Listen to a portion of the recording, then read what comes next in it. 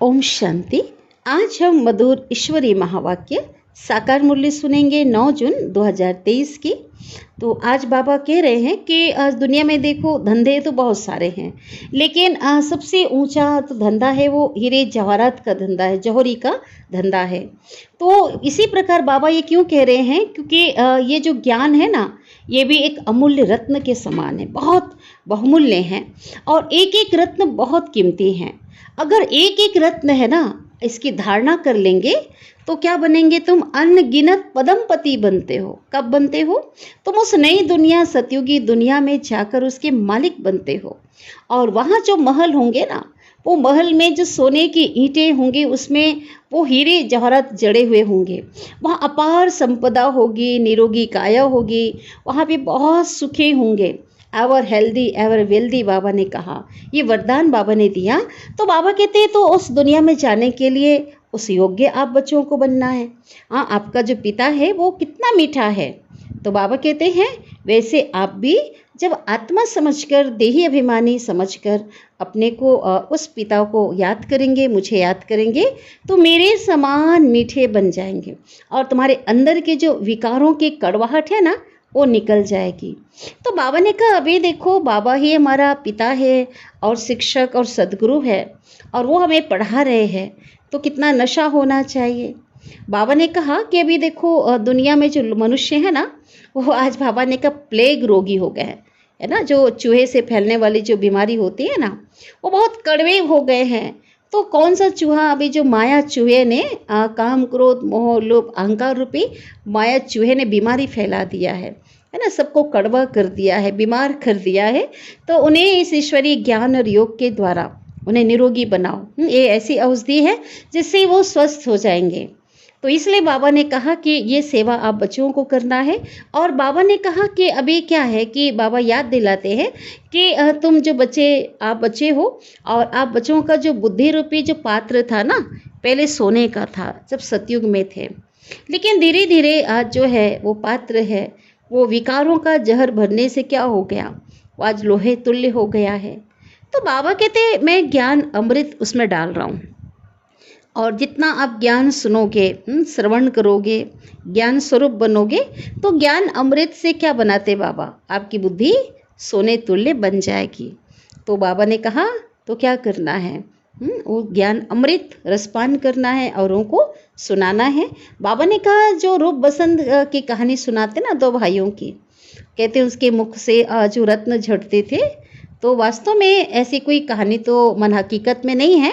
आप बच्चे ही वो रूप बसंत हो जो बहुत सुंदर स्वरूप अपने पिता के समान बनते हो, और साथ ही आपके मुख से क्या होना चाहिए, सदा ज्ञान रत्न झड़ते रहना चाहिए।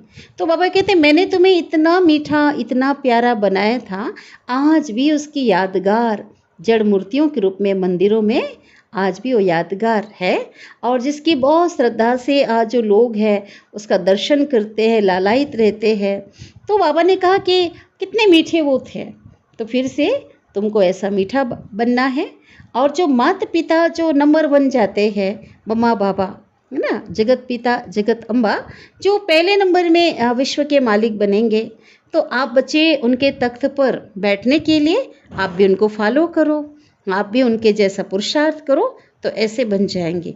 फिर बाबा ने बहुत सुंदर बात कही कि जो है मुझ बच्चों, मुझ पिता को, आप बच्चों का जो मुस्कुराता हुआ चेहरा है ना, हर्षित चेहरा, वो मुझे बहुत पसंद है।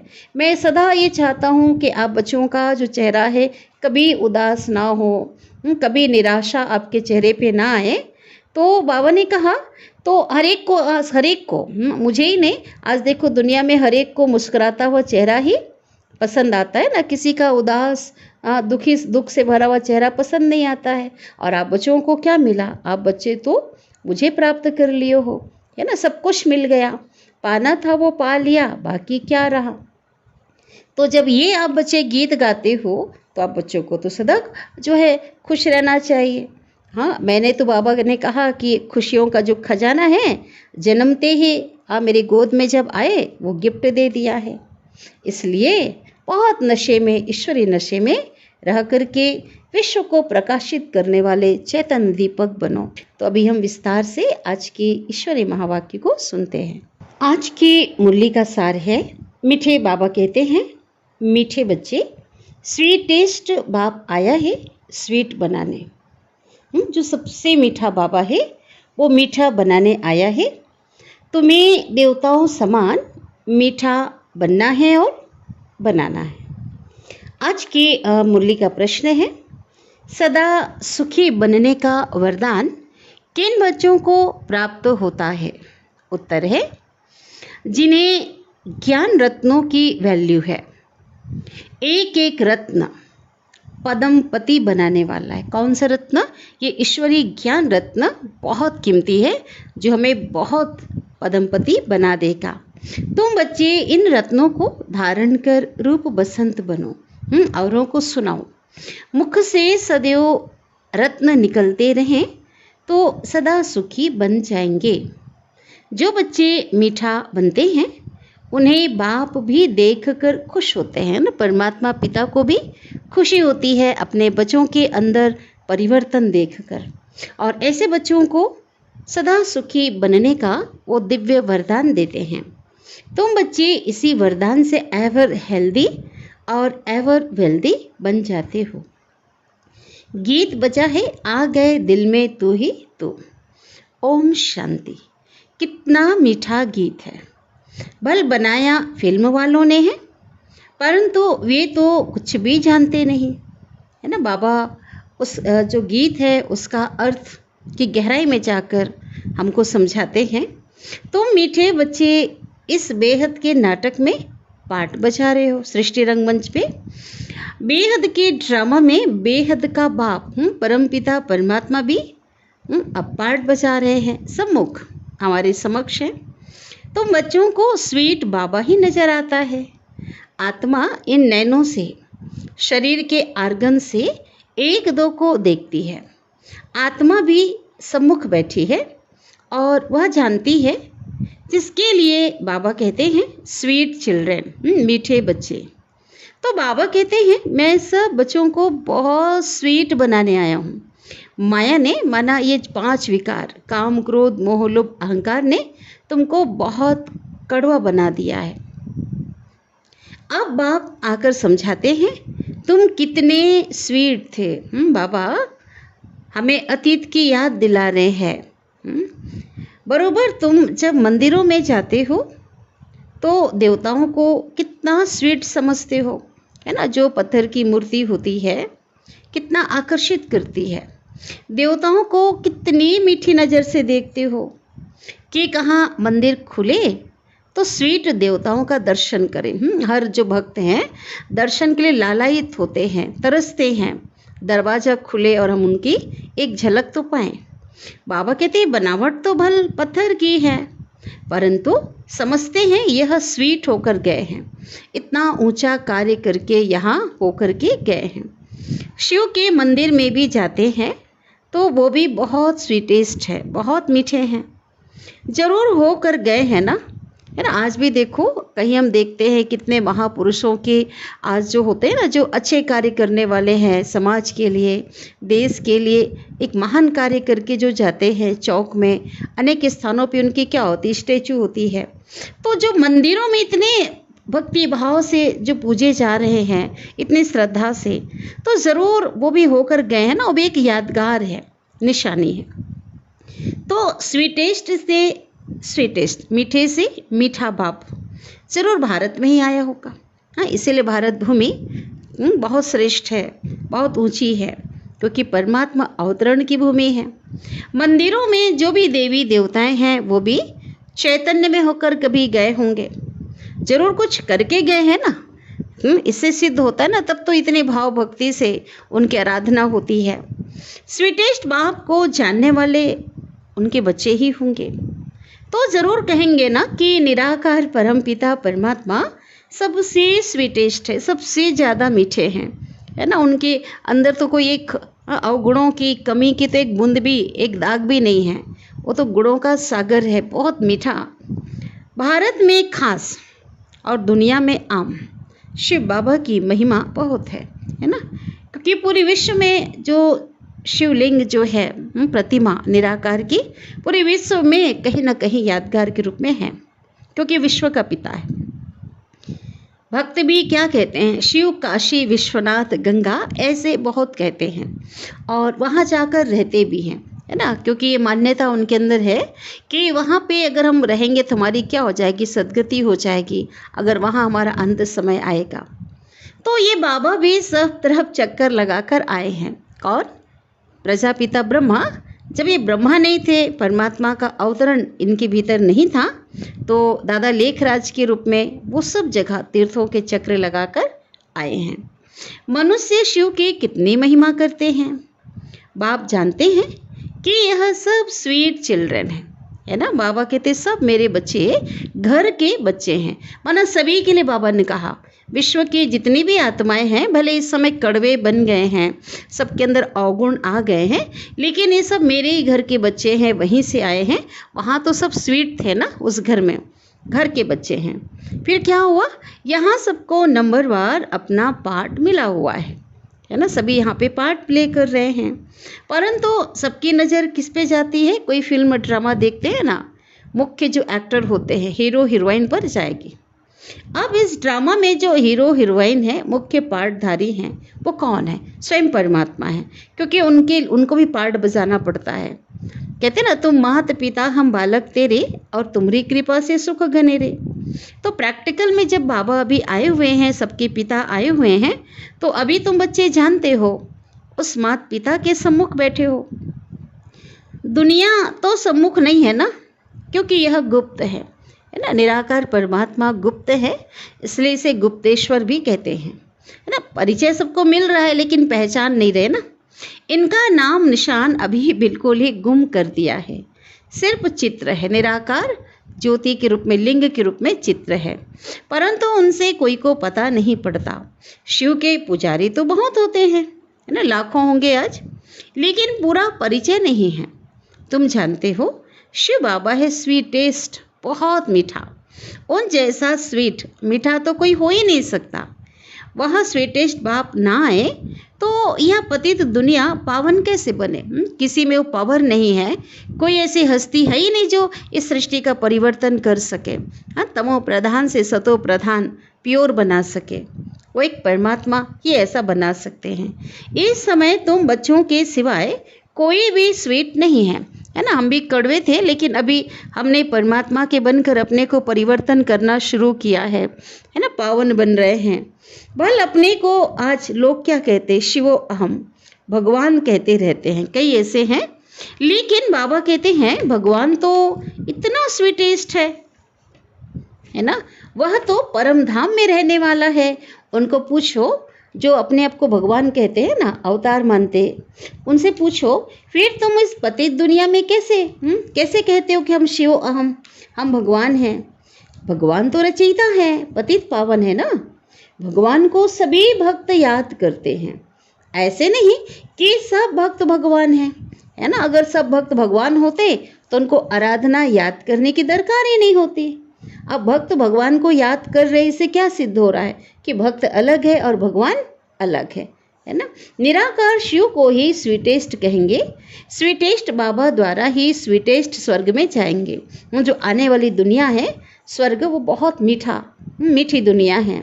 वहाँ किसी प्रकार की कड़वाहट अर्थात कोई विकार, बुराइयाँ, दुख, अशांति नहीं है।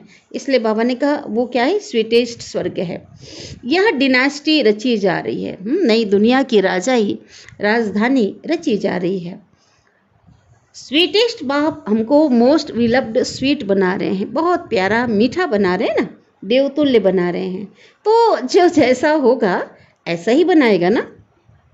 कहते हैं मैं निराकार हूँ, तुम आत्माएं भी इस शरीर में हो, भले साकार शरीर में हो, लेकिन तुम भी कौन हो? निराकार हो, ज्योति स्वरूप हो।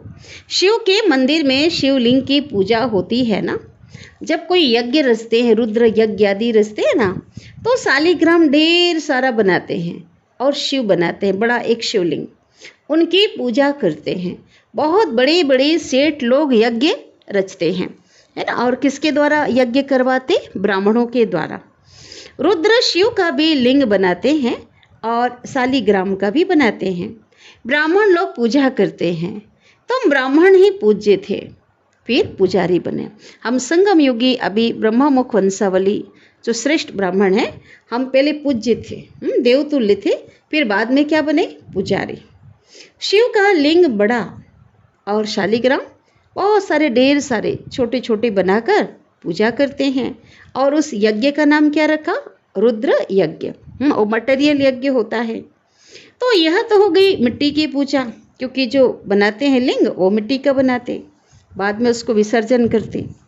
बहुत आदि भी जो मूर्तियाँ आदि भी बनाते हैं ना देवी देवताओं की, वो भी मिट्टी के बनाते हैं यादगार के लिए। इतने महान थे, इतने ऊंचे थे, इतना दिव्य कर्तव्य किया था, इसलिए क्या करते हैं? उनको नमन करते हैं, पूजा अर्चना करते। फिर पुजारी बैठ पूजा करते हैं। भारत पूज्य था।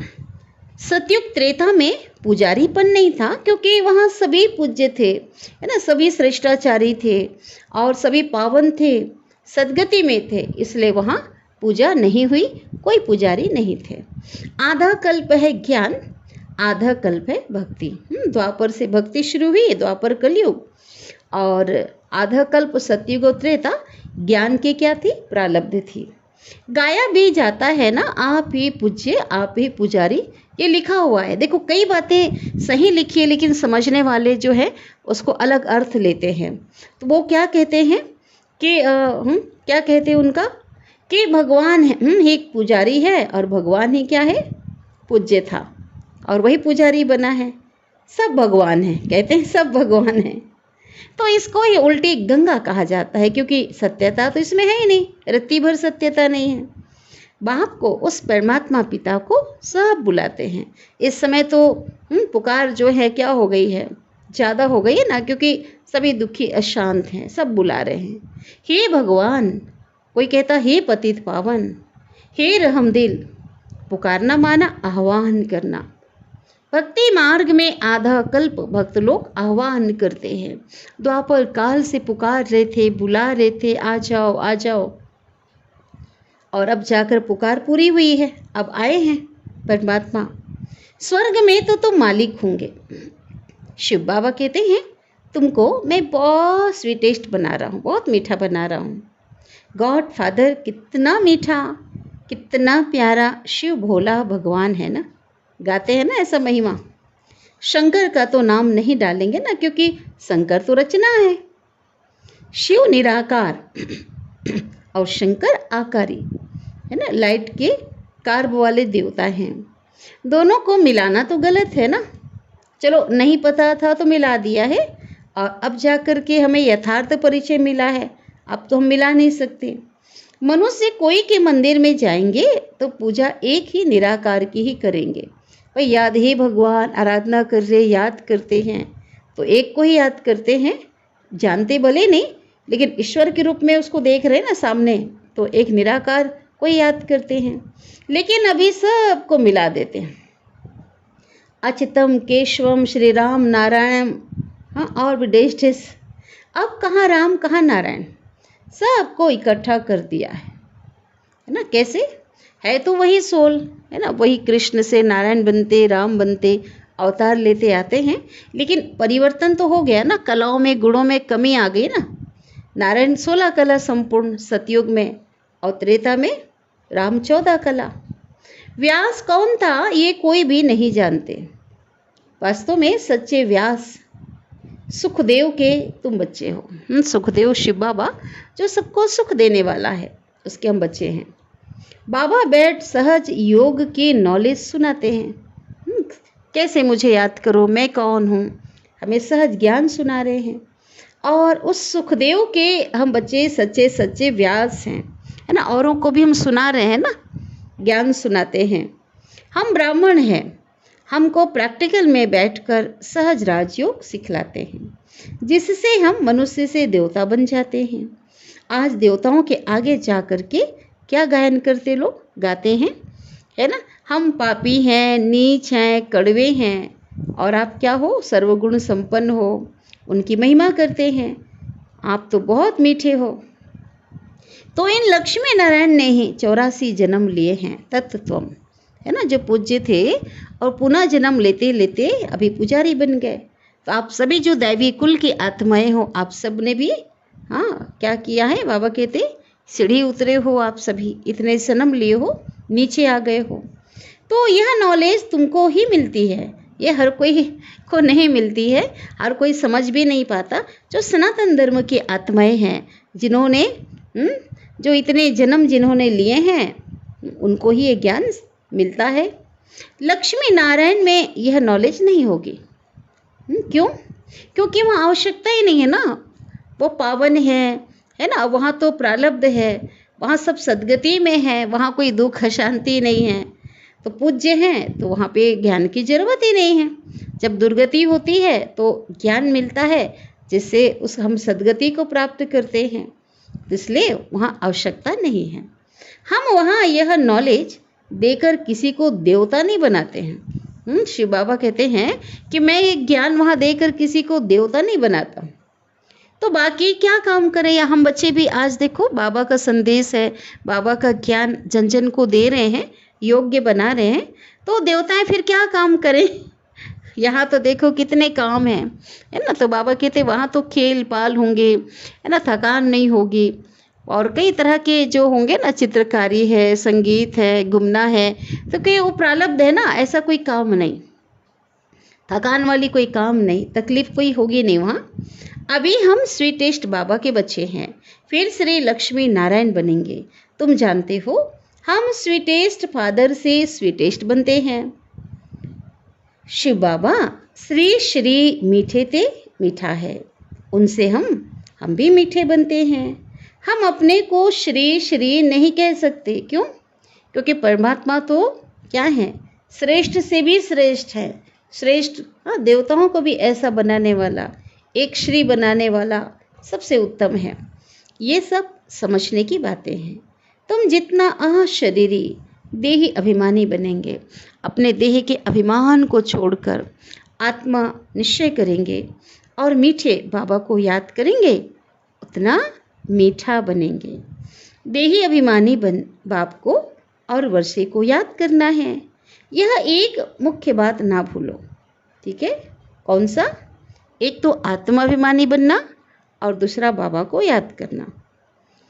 मुझे याद करेंगे तो मेरे जैसा मीठा बन जाएंगे, है ना। इसलिए देवी देवताओं को देखते हैं ना, तो उनको मीठा बनाने वाले उस रचयिता को याद करते हैं। तो ऐसा बनाने वाले बाप को कितना याद करना चाहिए? बाबा तो मिठास का एक पहाड़ है, इतना मीठा आज हम फील करते हैं। पहले हम जो गाते थे, आज प्रैक्टिकल में इतना महसूस करते कि उनके जैसा मीठा कोई है ही नहीं। एक रस मिठास से भरा हुआ पहाड़ है, जिसमें आज हम चिपट पड़े हैं। कहते हैं ना, सिमर सिमर सुख पाओ। कोई सिमरनी नहीं सिमरना है। बाबा कहते यहाँ पर ऐसा नहीं कि मुख से कोई बोलना है या कोई माला फेरना है। सिमरना माना याद करना बुद्धि से, है ना। कोई को भी यह पता नहीं है कि जो माला जो जाप किया जाता है वो किसकी याद में बनी है। ये तो बाबा ने बताया, है ना। संगम युग में हम जो कुछ गिनती की आत्माएं जो हैं भगवान को पहचानते हैं और उस योग्य बनते हैं, उनकी याद से, उनकी श्रीमत पे चलकर उनके मददगार बनते हैं, है ना, माया जीत बनते हैं। तो ऐसी आत्माओं की याद में माला बनी हुई, विजय माला कहते हैं ना। सिर्फ माला पकड़ कर क्या करते, राम राम करते हैं, माला फेरते जाते हैं। अभी तुम समझते हो राम शिव बाबा के हम बच्चे हैं, है ना। वो राम के नहीं, वो तो किनका बच्चा है? वो तो दशरथ के बच्चे हैं, है ना। और राजा राम कहते, और उनके बच्चे तो लौह कुश है।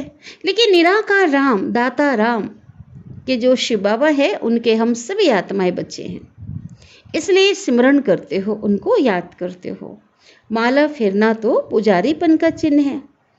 हम बाबा को बहुत याद करते हैं, है ना, बुद्धि से, दिल से, है ना। अभी तो बहुत हमने माला फेर लिया, तभी तो बाबा मिला ना। अनेक भक्ति हमने किया, ऐसा नहीं कि बिना भक्ति का ज्ञान तो मिल नहीं सकता। अनेक जन्म हमने भक्ति किया, आराधना किया, माला फेरा, अब बाबा मिला। और बाबा कहते अब पूज्य बनो, पूज्य बनने का पुरुषार्थ करो। याद से ही हम एवर हेल्दी और निरोगी बन जाते हैं। शिव बाबा बार बार कहते हैं, हर दिन की मुरली में हमें बार बार रिमाइंड कराते हैं, है ना, श्रीमत देते, अपने को अशरीरी आत्मा समझ मुझे याद करो तो तुम्हारा बेड़ा पार हो जाएगा। बाकी कोई 10-20 बूझा या सुन वाला मनुष्य नहीं होता। इसका भी रहस्य बाबा ने बताया है कि 10-20 जो बूझा दिखाते हैं, वो बूझा किसकी निशानी है, बाबा ने बताया ना, वो आंतरिक गुप्त सुसुप्त शक्तियों को हम जागृत करते हैं। उनकी निशानी ज्ञान योग के अस्त्र शस्त्र दिखाए हैं, आसुरी शक्ति पर विजय प्राप्त करते हैं ना, इसलिए भुजा दिखाया। स्वर्ण ज्वाला जो मनुष्य नहीं होता, तो जो गणेश जी हैं वो ज्ञानवान व्यक्ति का प्रतीक है। हमने शिव बाबा की याद से उनके विशाल, उनके दिव्य ज्ञान को हमने ग्रहण किया, बुद्धि में विशाल बुद्धि हमारी बनी और हमने माया रूपी चूहे पर विजय प्राप्त किया और ईश्वरीय ज्ञान और शक्ति के द्वारा हमने अपने जो है विघ्नों को ख़त्म किया। तो उसकी याद में जो है ये बना हुआ है। बल्कि बाबा कहते हैं कितने रहस्य समाये हुए हैं, लेकिन ऐसा रियल में कोई व्यक्ति नहीं होता, ये तो सूक्ष्म रूप में एक प्रतीक है ना। कोई छींकने से देवता निकल आएंगे। शास्त्रों में तो कितने अनगल अविश्वसनीय बातें जिस पे विश्वास किया ना जा सके, ऐसे ऐसी कहानियाँ लिखी हैं कि किसी ने छींका, छींक से कोई देवता निकल गया, कोई कान से पैदा हो रहा है, कोई पसीने से, कोई मैल से, खून से, क्या क्या बातें हैं ना। तो ये सब बातें अभी सुनते हैं तो अब समझ में आता है कि ये सब क्या है। तो ये सब है भक्ति मार्ग की सामग्री। सतयुग में यह कुछ भी नहीं होगी। भक्ति आधा कल्प चलती है और ज्ञान कोई आधा कल्प नहीं चलता। ज्ञान के प्रारब्ध जो है ना, क्योंकि संगम युग में परमपिता आकर के शिव बाबा हमें ज्ञान देते हैं और इस ज्ञान के आधार से जो हमें प्राप्ति होती है वो चलता है आधा कल्प, सतयुग और त्रेता। ज्ञान से 21 जन्म का वर्षा मिलता है। तो जैसे वह भक्ति का वर्षा मिलता है, भक्ति पहले सतो प्रधान थी, फिर सतो रजो तमो हो जाती है। जैसे यह भी बाप से वर्षा मिलता है, तो फिर पहले सतो प्रधान, फिर सतो रजो तमो में आते हैं कि बाबा से हमें वर्षा मिलता है। ज्ञान का भी वर्षा, ज्ञान का वर्षा भी सतो प्रधान सतो रजो तमो होता है। तो ये समझने की बात है ना। अभी जो ईश्वरीय पढ़ाई पढ़ रहे हैं तो उनका जो वर्षा मिलता है ना, वो भी धीरे धीरे क्या होता है, फिर धीरे धीरे नीचे उतरते जाते हैं, है ना। तो वर्षा सतो प्रधान सतो रजो तमो होता है। तो बहुत उच्च पद पाएंगे तो सतो प्रधान हो गए, फेल हो गए तो नीचे आ गए। वर्षा हमने क्या किया, कम लिया। तो ये बहुत गहराई से समझने की बातें हैं, है ना। ईश्वरी पढ़ाई के अनुसार से जैसा हमने पढ़ाई किया वैसे वर्षा मिला। पहले तो समझना है हम आत्मा मोस्ट विलव्ड बाप के बच्चे हैं, है ना। सबसे ऊंचे से ऊंचे, सबसे प्यारे बाप के बच्चे हैं। तो बाबा इस जिस्म में आए हैं क्योंकि है तो निराकार, ब्रह्मा के साकार शरीर में आए हैं। जिस्म बिगर मुरली कैसे सुना सकेंगे भाई, आधार तो लेना पड़ेगा ना।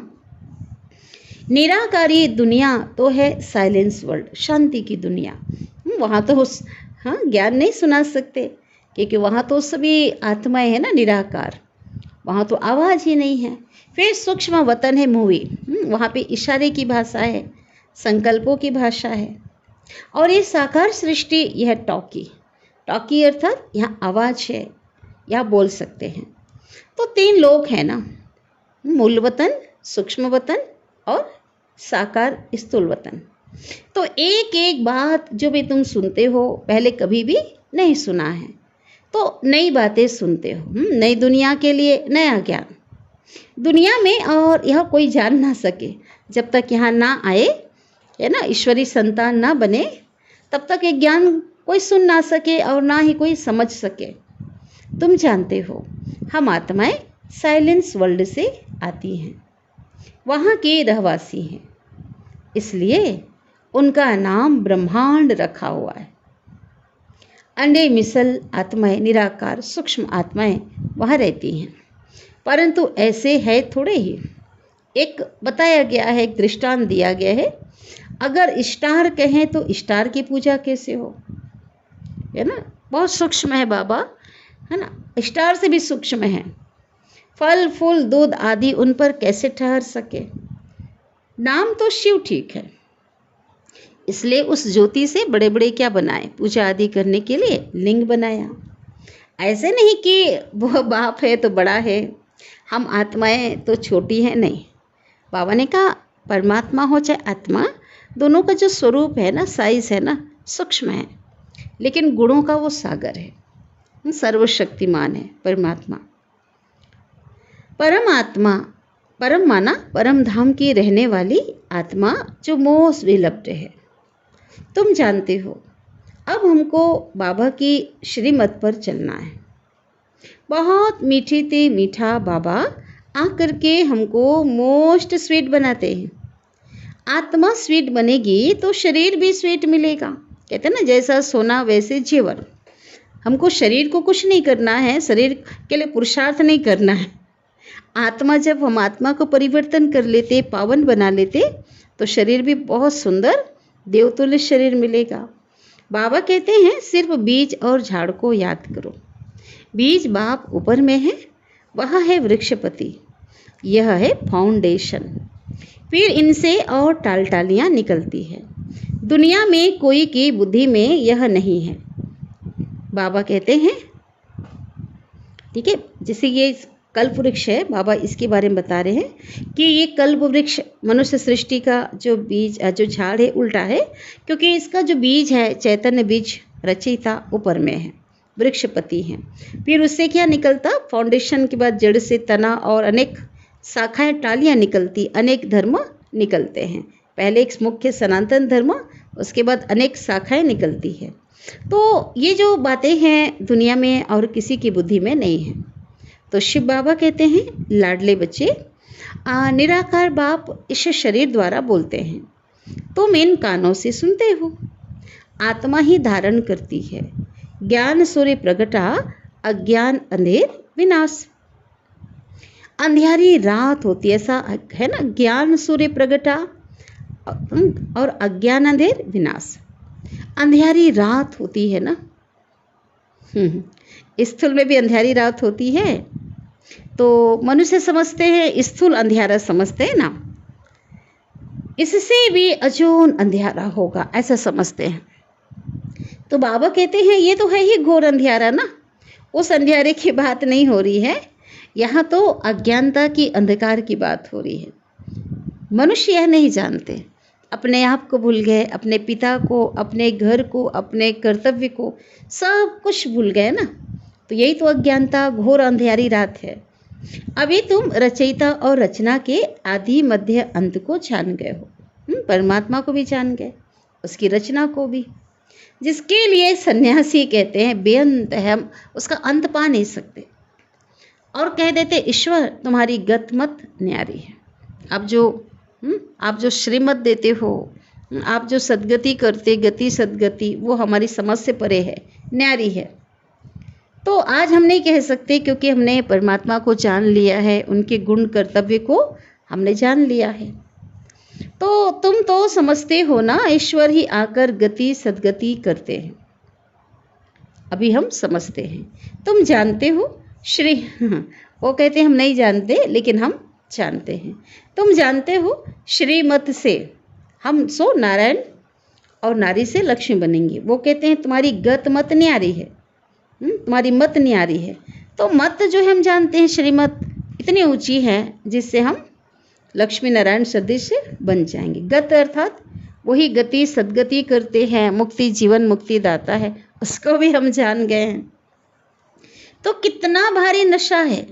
बाबा कहते नशा होना चाहिए बच्चों को, कि कोई जिनको लोगों ने कह दिया कि उनको न्यारी है, हमारी समझ से परे है, बेअंत है, और तुम उनको जानते हो, तो कितना एक ईश्वरीय नशा, अंदर का नशा बुद्धि में होना चाहिए।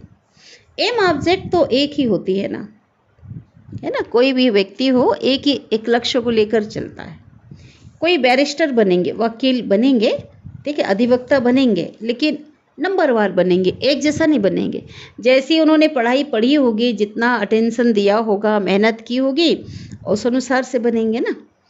इसलिए फॉलो मदर फादर, है ना। मम्मा पापा जो पहले नंबर में हाईएस्ट पद को प्राप्त करते हैं, ऊंचे पद को प्राप्त करते हैं, तो उनको फॉलो करना है। जानते हो मदर फादर पुरुषार्थ कर नंबर 1 में जाते हैं, जगत अम्बा और जगत पिता। तो हम भी उनको ऐसा पुरुषार्थ करें, हम भी इतना स्वीटेस्ट बने जैसे वो बने हैं। लक्ष्मी नारायण ने पूर्व जन्म में बहुत ऊंचा पुरुषार्थ किया था, और अभी पुरुषार्थ इस समय कर रहे हैं, तो ऐसा हम फॉलो करें। बच्चे माँ बाप के तख्त पर जीत पाते हैं। पहले नंबर पे अधिकारी, विश्व राज्य अधिकारी वो बनेंगे, और उसके बाद जिन्होंने ऊंची पढ़ाई पे पढ़ा, अटेंशन दिए, तो पढ़ाई के आधार पे उनके वारिश बनेंगे। ठीक है, वह बड़े हो जाएंगे तो माता पिता फिर गद्दी से, तख्त से नीचे उतरेंगे और उनके बच्चे बैठेंगे। तो ये जैसे ऐसा है जैसे तुम माता पिता के तख्त पर जीत पाते हो। तुम बच्चों को बहुत प्यारा, बहुत मीठा बनना है। तुम्हारे मुख से सदैव रत्न निकलने चाहिए। तुम रूप बसंत हो। उन्होंने तो कहानी बेड बनाई है ना, 2 भाइयों की। उनके मुख से उन्होंने स्थूल में कहानी बताया, रत्न झड़ते थे। लेकिन बाबा कहते हैं वास्तव में यह ज्ञान रत्न की बात है। जवाहरात का धंधा, जवाहरात को तो बाबा अच्छी रीति जानते। ब्रह्मा बाबा जब वो जौहरी थे, दादा लेखराज के रूप में थे, तो बहुत बड़े बिजनेसमैन थे। और तो एक एक रत्नों की उनको परख है, जानकारी है। तो सबसे ऊंचा जो धंधा होता है ना, आज देखो कपड़े का होगा, गले का होगा, और भी दुनिया में इतने बिजनेस हैं, धंधा। लेकिन सबसे ऊंचा जो धंधा है जवाहरात का, हीरे जवाहरात का माना जाता है।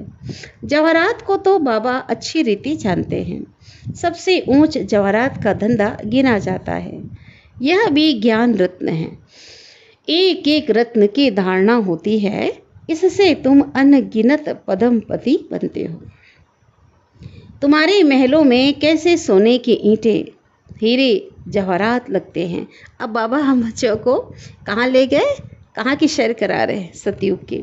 बाबा ने कई बार बताया, वहाँ वही मिट्टी की ईंटें नहीं होंगी, वहाँ सोने की ईंटें होंगी, और उन ईंटों में क्या होगा, हीरे जड़े होंगे, और वहाँ देवताएं क्या होंगे, बड़े सुखी रहेंगे, एवर हेल्दी, है ना। कुछ भी एक सर्दी जुकाम, एक हल्का सा दर्द, थकान भी नहीं होगी ना वहाँ। एवर वेल्दी, अपार संपदा, ऐश्वर्य के मालिक होंगे। यह जैसे बाबा बच्चों को वरदान देते हैं। आप जितना मीठा बनेंगे उतना बाप परमपिता खुश होंगे। स्कूल में टीचर स्टूडेंट को जानते हैं ना कि स्टूडेंट पढ़ाई में कैसा है। तो यह बेहद का बाप टीचर सदगुरु तीनों हैं, 3 in 1। अभी तुम बच्चे सामने बैठे हो तो मुरली भी ऐसी निकलती है, परंतु फिर ज्ञानी तो आत्मा को बाबा यहाँ रहने नहीं देते। साकार में क्या था, जब थोड़े से लोग थे तो जो पारंगत हो जाते थे, है ना, बहुत बुद्धिमान थे, ईश्वरीय पढ़ाई को अच्छे से कैच करते थे, औरों को समझा पाने में सक्षम थे, तो बाबा कहते थे उनको जाओ, जाकर मनुष्य को देवता बनाने की सेवा करो। वहाँ रहने नहीं देते थे। भले जो सब भाई बहनें थे उनको ऐसा लगता था बाबा को छोड़ के हम ना जाए, लेकिन श्रीमत होती थी, उनको जाना पड़ता था। इसने कहता था ना जाए, लेकिन श्रीमत कहती थी जाओ। तो बाबा ये कहते थे जो कड़वे थे, कड़वे प्लेगी बहुत रोगी हो गए ना, चूहे से शायद फैलता है ना प्लेग रोग, तो ऐसा ही माया जो चूही है ना, जो विकार है, काम क्रोध मोह लोभ, उसने सबको क्या कर दिया, बीमार कर दिया। सब कड़वे हो गए हैं, तो उनको जाके निरोगी बनाओ। ईश्वरीय संदेश दो, जो इस ज्ञान और योग के द्वारा वो क्या बन जाए, निरोगी बन जाएं, पावन बन जाएं। अभी तो एवरेज आयु जो आज की डेट में क्या है, 40 और 45 पूरी औसतन आयु। योगी की जो आयु है ना वो बहुत बड़ी होती है। श्री कृष्ण को महात्मा योगेश्वर कहते हैं ना। योग लगा करके देखो सतयुगी दुनिया में जाते हैं, 150 वर्ष आयु होती है वहाँ। और यहाँ भी कईयों की जो योग से आयु बढ़ चुकी है बहुत, परंतु मनुष्य जानते नहीं। बुद्धि रूपी बर्तन जो सोने का था, उसमें विष जहर भरने से यह हाल हो गया। विकारों रूपी जहर देह अभिमान आ गया ना, बुद्धि, तो जो सोने का था सतयुग में, त्रेता में, आज लोहे का बन गया, अशुद्ध हो गया। तो अब बाबा उसमें क्या कर रहे हैं, उस बुद्धि रूपी पात्र में अमृत डाल करके सोने का बनाते। आज हमारी बुद्धि जो तुच्छ हो गई थी, मलिन हो गई थी, तो शिव बाबा हमें ज्ञान सुना करके क्या बनाते, दिव्य बुद्धि बनाते हैं। तो बहुत मीठी वाणी चली। अब याद प्यार ले लेते हैं। अच्छा, मीठे मीठे सिकिलधे बच्चों प्रति माता पिता बाप दादा का याद प्यार और गुड मॉर्निंग। रूहानी बाप के रूहानी बच्चों को नमस्ते। और हम रूहानी बच्चों की रूहानी माता पिता बाप दादा को याद प्यार, गुड मॉर्निंग और नमस्ते। शुक्रिया बाबा, शुक्रिया आपका, दिल से पद्मा पदम गुना शुक्रिया। धारणा के लिए मुख्य सार। पहली पॉइंट, बाप समान स्वीटेस्ट बनना है, मुख से कभी कड़वे वचन नहीं निकालने हैं, सदैव मीठा ही बोलना है।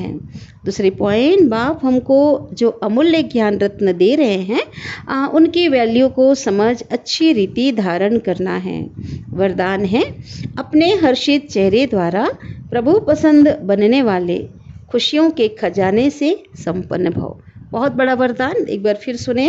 अपने हर्षित चेहरे द्वारा, अपना मुस्कुराता हुआ खुशनुमा जो चेहरा है ना, उस द्वारा प्रभु पसंद बनने वाले खुशियों के खजाने से संपन्न भव। विस्तार है, बाप दादा ने ये ईश्वरीय ब्राह्मण जन्म होते ही सबको खुशी का बड़े से बड़ा खजाना दिया है ना। हमारे जीवन में बहुत खुशी आई है, यह ब्राह्मण जन्म की गिफ्ट है। बाप दादा हर बच्चे का चेहरा सदा खुश देखना चाहते हैं, सदा हर्षित है ना। भगवान को ये लगता है कि मेरे बच्चे का चेहरा जो है कभी ना मुरझाए, कभी उदास ना हो, सदा हर्षित चेयरफुल जो चेहरा है वो प्रभु पसंद है। और यह हर एक को वही पसंद आता है ना, मुस्कुराता खुशनुमा चेहरा है ना। हर कोई देखो, किसी का उदास चेहरा, दुखी जो चेहरा होगा ना, अच्छा नहीं लगता देखकर, लेकिन एक मुस्कुराता हुआ चेहरा जब देखेंगे तो हर किसी को अच्छा लगता है। सदा खुश रहने के लिए यही गीत गाते रहो कि पाना था वो पा लिया, काम बाकी क्या रहा। नशे से कहो, ठीक है भाई, परवाह थी पार ब्रह्म में रहने वाले परमेश्वर की, वो मिल गया और क्या चाहिए, वो मिला, सब मिला। नशे से कहो कि हम खुश नहीं रहेंगे तो और कौन रहेगा। स्लोगन है, निराकारी निरअहंकारी स्थिति में स्थित रहकर विश्व को प्रकाशित करने वाले ही चैतन्य दीपक हैं। निराकारी अर्थात आत्मस्वरूप, आत्म अभिमानी, जो हमारा वास्तविक स्वरूप है ना। देहभान को छोड़कर उस स्वरूप में रहना। और जो निराकारी होगा और निरअहंकारी होगा, निर्माण चित्त होगा, किसी बात का अहंकार नहीं होगा, तो ये स्थिति जो है बहुत ऊंची स्थिति है। तो जो निराकारी निरअहंकारी स्थिति में होंगे तो निर्विकारी स्वतः बन जाएंगे, परमात्मा की याद स्वतः रहेगी। तो जब ऐसी ऊंची स्थिति होगी तो उसका वाइब्रेशन कहाँ क्या होगा, पूरे विश्व में जाएगा। तो बाबा ने कहा कि वो चैतन्य आत्मा रूपी दीपक है जो विश्व को क्या करेंगे, प्रकाशित करेंगे, रोशन करेंगे। तो बाबा की बहुत मीठी प्यारी वाणी हमने अभी सुनी है। अच्छा, ओम शांति।